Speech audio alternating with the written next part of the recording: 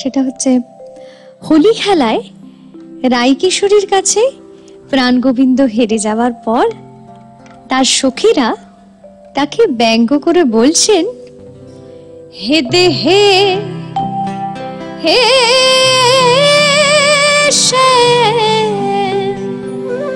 তুমি নাগর হয়ে হারিলে হে হে দেহে হে শ্যাম নাগর হয়ে তুমি হারিলে হে।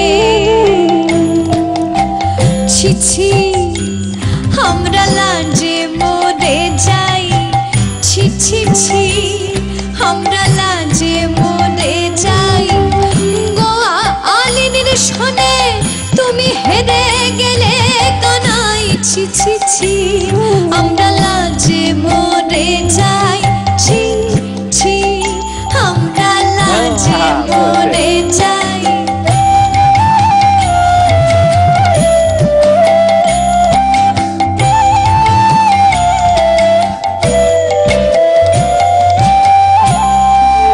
একমাত্র রঙ্গদেবী ছিলেন যিনি প্রাণগোবিন্দের পক্ষ নিয়ে কথা বলেছিলেন।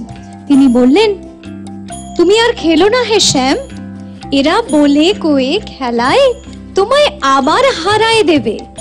তাই কি বলছে, রঙ্গ ভরে রঙ্গ দেবী শ্যাম নাগরে বুঝা,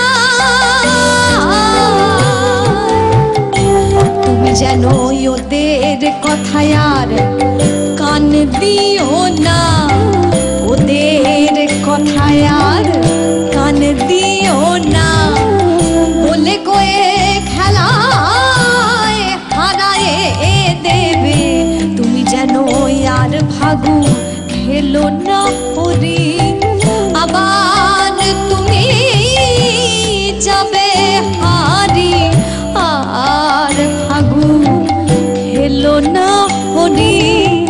তখন পদকর্তা জ্ঞানদাস বলছেন, জ্ঞানদাস গোবিন্দের চরণে লুটাই, জ্ঞানদাস গোবিন্দের চরণে লুটাই, জ্ঞানদাস গোবিন্দের চরণে লুটাই।